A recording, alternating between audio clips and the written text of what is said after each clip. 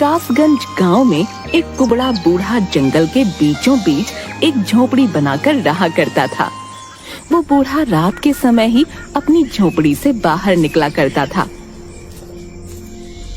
रात के अंधेरे में उसकी झोपड़ी में तेज रोशनी हो जाया करती थी, जिससे गांव वाले बहुत डरा करते थे। उनका मानना था कि वो कुबड़ा कोई साधारण बूढ़ा नहीं है, वो जरूर कोई मायावी है जो गांव के जंगल में रह रहा है। एक दिन गांव का एक युवक जिसका नाम गबरू था, वो अपने हाथ में कुछ लकड़ियां लेकर जंगल के रास्ते से आ रहा था कि तभी उसे किसी के रोने की आवाज सुनाई दी। अरे कोई बचाओ मुझे, अरे यहाँ से बाहर निकालो मुझे, अरे बचाओ मुझे, बचाओ। अरे भाई, न जाने ये किसकी आवाज है जो सहायता के लिए पुकार रही है, न जाने कौन है भाई। वो थोड़ा दूर चला, तभी उसे उस मायावी बूढ़े की झोपड़ी दिखाई दी, जिसके अंदर से आवाजें आ रही थीं। जैसे ही गबरू उस झोपड़ी के पास पहुंचा और अंदर झोपड़ी में जाने लगा, तभी वहाँ वो मायावी बूढ़ा आ गया। मेरी झोपड़ी में कहाँ जा रहे हो नादान इंसान? क्या जानते नहीं वो मेरी झोपड़ी है? उसमें कोई भी गांव वाला नहीं जा सकता है। क्या तुम जानते नहीं हो? ऐसे डरावने बूढ़े को देखकर गबरू डर जाता है। नहीं नहीं बूढ़े बाबा, मैं आपकी झोपड़ी में नहीं जा रहा था। मैं तो इस जंगल में कुछ लकड़ियां लेने आया था, लेकिन फिर किसी के रोने की आवाज सुनी तो इधर आ गया। नहीं नहीं, मैं जाता हूँ यहाँ से। हाँ, जाता हूँ। जिसके बाद गबरू वहाँ से दुम दबाकर भाग निकलता है और गांव पहुँचता है और गांव वालों को अपनी आप बीती सुनाता है। अगली सुबह चाय की दुकान पर गांव के दो आदमी बातें कर रहे थे। अरे भाई, कल रात अपना गबरू जो है, अरे वही गबरू, अरे भैया जंगल से कुछ लकड़ियां लेके आ रहा था, तो उस कुबड़े मायावी बूढ़े की झोपड़ी में से किसी के रोने की आवाज आ रही थी भैया। जैसे ही गबरू देखने के लिए आगे बढ़ा, वो मायावी डरावना बूढ़ा जो है वो उसके सामने आ गया। अरे बेचारा जो है जैसे तैसे अपनी जान बचाकर वहाँ से भागा है। अरे कल रात से ही बुखार में पड़ा है बेचारा भैया बिजू। जाने भैया क्या राज दफन है उस मायावी बूढ़े की झोपड़ी में? हाँ, बता रहे। पता नहीं भाई, डर के मारे जो है कोई भी गांव वाला जो है उस बूढ़े की झोपड़ी में जाने की हिम्मत नहीं करता है। हाँ, अब भैया भगवान ही जाने क्या राज दफन है भैया। उसी गांव में भोला नाम का एक बहुत ही गरीब मछुआरा रहता था। गांव में सब उसे भोंदू बुलाते थे, जो जंगल के किनारे पर नदी से मछलियां पकड़ा करता था। एक दिन भोंदू नदी के किनारे बैठा हुआ था, अपने जाल को फैलाकर मछली पकड़ने की कोशिश कर रहा था। अरे अरे, आती क्यों नहीं कोई मछली मेरे जाल में? आज कई दिन हो गए हैं, लेकिन कोई भी मछली हाथ नहीं लगी है। लगता है आज फिर से मेरी बूढ़ी माँ को भूखा ही सोना पड़ेगा।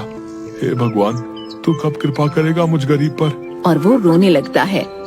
थोड़ी देर बाद भोंदू खाली हाथ अपनी झोपड़ी में आता है। अरे भोंदू आ गया, मैं कब से इंतजार कर रही थी। अरे मुझे बड़ी भूख लगी है, क्या आज भी तेरे हाथ कोई अच्छी मछली नहीं आई? नहीं माँ, मुझे माफ कर दो, मैं आज भी तुम्हारे लिए कोई मछली पकड़ के नहीं ला पाया। न जाने क्यों मेरे जाल में कोई मछली फंसती ही नहीं है। कई दिन हो गए हैं, जानता हूँ तूने कुछ भी नहीं खाया है। हाय हाय, न जाने हम अभागों ने कैसी किस्मत पाई है। दुखी मत हो, देखना सब ठीक हो जाएगा। हाँ, कोई न कोई राह हमें जरूर दिखेगी। अगली सुबह भोंदू फिर से अपना जाल लेकर नदी के किनारे जा रहा था। हे भगवान, आज तो कोई मछली हाथ आ ही जाए। अगर नहीं आई तो आज फिर से मुझे और माँ को भूखा सोना पड़ेगा।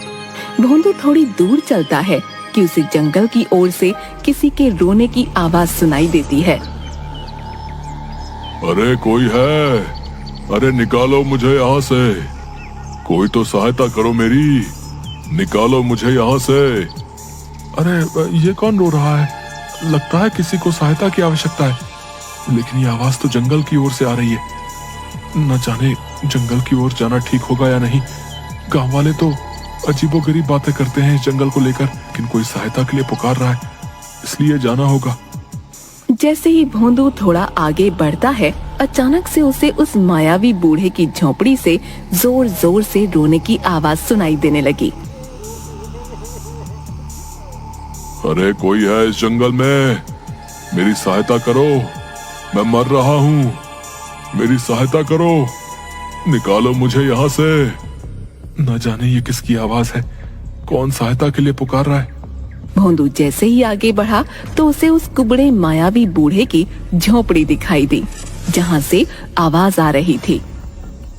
अरे आवाज तो इस झोपड़ी के अंदर से आ रही है। लगता है अंदर कोई सहायता के लिए पुकार रहा है। हाँ, लेकिन क्या मेरा अंदर जाना ठीक रहेगा? गांव वाले इस झोपड़ी को मायावी समझते हैं। नहीं नहीं, मुझे अंदर जाना ही होगा। कोई सहायता के लिए पुकार रहा है, इसलिए अंदर जाना ही होगा। जिसके बाद वो झोपड़ी के अंदर जाता है। तभी भोंदू देखता है कि एक बकरी पिंजरे में बंद होती है, जो कि एक इंसान की आवाज में आवाजें दे रही थी। अरे कोई है इस जंगल में? मेरी सहायता करो, मैं मर रहा हूँ। मेरी सहायता करो, निकालो मुझे यहाँ से। उस पिंजरे के अंदर बकरी को देखकर भोंदू हैरान हो जाता है। अरे तुम बकरी हो, लेकिन इंसान की आवाज में कैसे बात कर रही हो? मुझे उस मायावी बूढ़े ने बकरी बना दिया है। मैं एक तपस्वी ब्राह्मण हूँ, जो इस जंगल में तपस्या करने के उद्देश्य से आया था और यहाँ उस मायावी की झोपड़ी में आ गया। इस झोपड़ी में बैठकर तपस्या करने लगा कि तभी वो मायावी बूढ़ा यहाँ आ गया और मुझे अपनी झोपड़ी में देखकर क्रोध से भर गया। उसने मुझे अपनी मायावी शक्ति से बकरी बनाकर इस पिंजरे में कैद कर दिया है। तपस्वी ब्राह्मण, लेकिन वो मायावी बूढ़ा है कौन? क्यों इस जंगल में सबसे छुपकर रहता है? और क्या अब तुम अपने असली रूप में कभी नहीं आ पाओगे? वो मायावी बूढ़ा बहुत ही खूंखार है। उसके पास अनेक मायावी शक्तियां हैं, जो कई सालों से एक खजाने की तलाश में है। उसके पास एक नायाब पत्थर का टुकड़ा है, वो बहुत ही चमकदार है, जो उसे उस खजाने का रास्ता बताएगा। वो खजाना यहीं इस झोपड़ी में दफन है, लेकिन वो तभी सामने आएगा जब वो दो नायाब पत्थर आपस में मिल जाएंगे। उस नायाब पत्थर के दो टुकड़े हैं, लेकिन मायावी बूढ़े के पास सिर्फ एक ही टुकड़ा है, जिसे वो रोज रात को बाहर निकालता है ताकि वो उसका दूसरा टुकड़ा ढूंढ सके। इसलिए रोज रात को उस नायाब पत्थर के टुकड़े के कारण इस झोपड़ी में तेज रोशनी हो जाती है। लेकिन उस नायाब पत्थर का दूसरा टुकड़ा कहाँ पर है? और क्या तुम अपने असली रूप में नहीं आ सकोगे? और मैं तुम्हारी सहायता कैसे कर सकता हूँ भला? तुम्हें जंगल से कमल के सफेद पुष्प लाने होंगे। उन पुष्पों को खाकर मैं अपने असली रूप में आ जाऊंगा। जब तुम्हें वो पुष्प प्राप्त होंगे तो तुम्हें उस नायाब पत्थर का दूसरा टुकड़ा भी मिल जाएगा, जिससे उस रहस्यमय खजाने का पता चल जाएगा। लेकिन ये सब तुम्हें उस मायावी बूढ़े की नजरों से बचकर करना होगा। वो अभी अपनी झोपड़ी में आता ही होगा। तुम जल्दी जाओ यहाँ से। हाँ, मैं अभी तुम्हारे लिए कमल के सफेद पुष्प लेकर आता हूँ।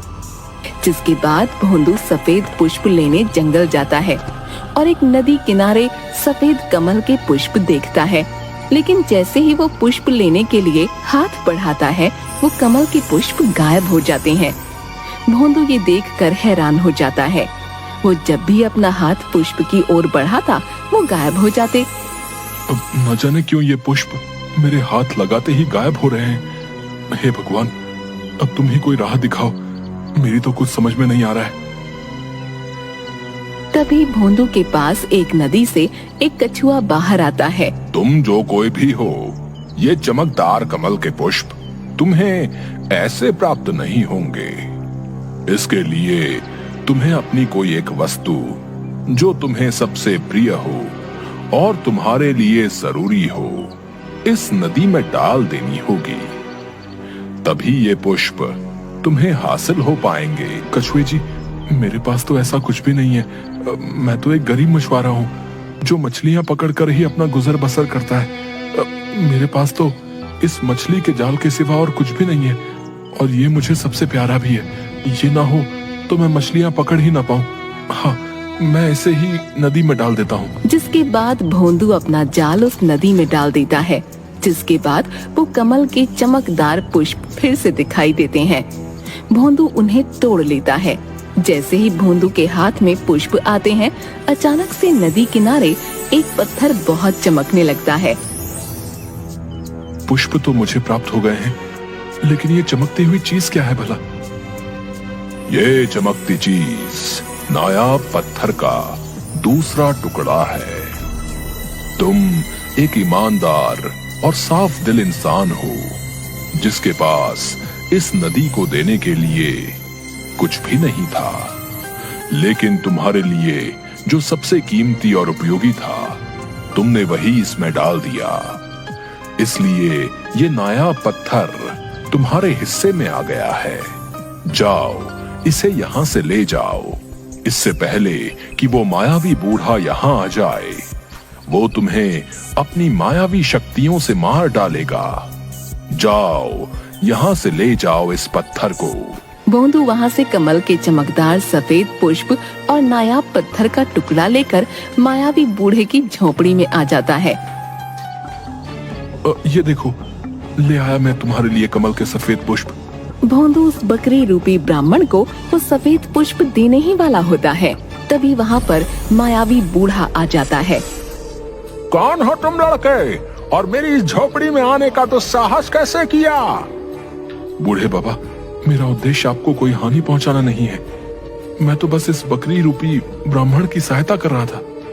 नादान लड़के, इस ब्राह्मण के साथ अब तू भी मारा जाएगा। मेरे इस खजाने की खोज में जो भी बाधा बनेगा, मारा जाएगा। क्षमा करें बूढ़े बाबा, मुझसे भूल हो गई। तो अब सजा भुगतो। जैसे ही बूढ़ा अपनी शक्तियों से भोंदू पर प्रहार करता है, भोंदू झोपड़ी की दीवार से जा टकराता है और उसके हाथ से सफेद पुष्प गिरकर बकरी के आगे गिरते हैं और चमकीला पत्थर दूसरे कोने में।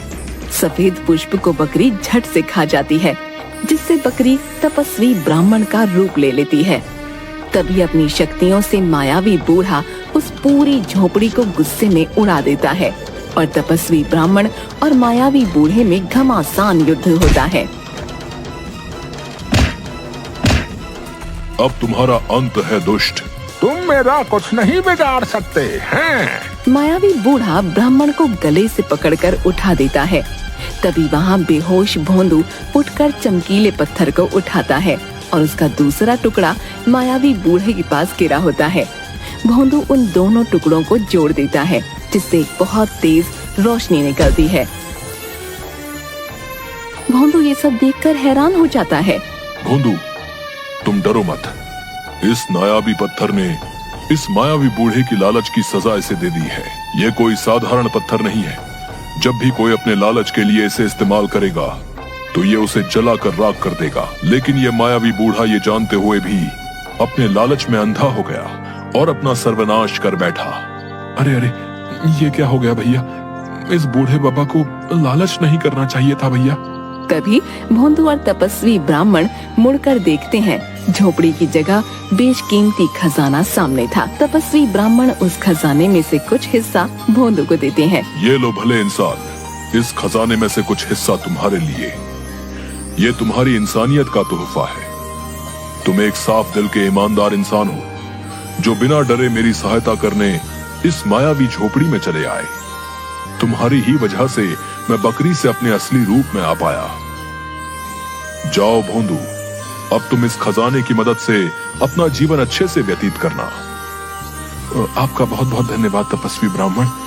मैंने जो भी आपके लिए किया, वो तो मेरा एक इंसान होने के नाते कर्तव्य था। अब इस खजाने की मदद से मेरी माँ को कभी भूखा नहीं सोना पड़ेगा। ये बोलते हुए भोंदू की आंखों से आंसू आ जाते हैं। हे रहस्यमय खजाने, तुम अपने स्थान पर वापस चले जाओ। यहाँ तुम्हारी आवश्यकता सिर्फ इस गरीब मछुआरे को थी, जो कि तुम्हारे कुछ हिस्से से पूरी हो गई है। मैं एक तपस्वी ब्राह्मण हूँ, मुझे भला तुम्हारी क्या आवश्यकता? तुम अपने स्थान पर वापस जा सकते हो। जिसके बाद बाकी का खजाना, वो नायाब पत्थर भी अपने आप ही वहाँ से गायब हो जाते हैं। जब इसकी खबर गांव वालों को पड़ती है, तो सभी भोंदू का बहुत सम्मान करते हैं और अब गांव वाले जंगल में उस मायावी बूढ़े के खौफ से आजाद हो गए थे। और भोंदू भी अपनी माँ के साथ खुशी खुशी रहने लगता है।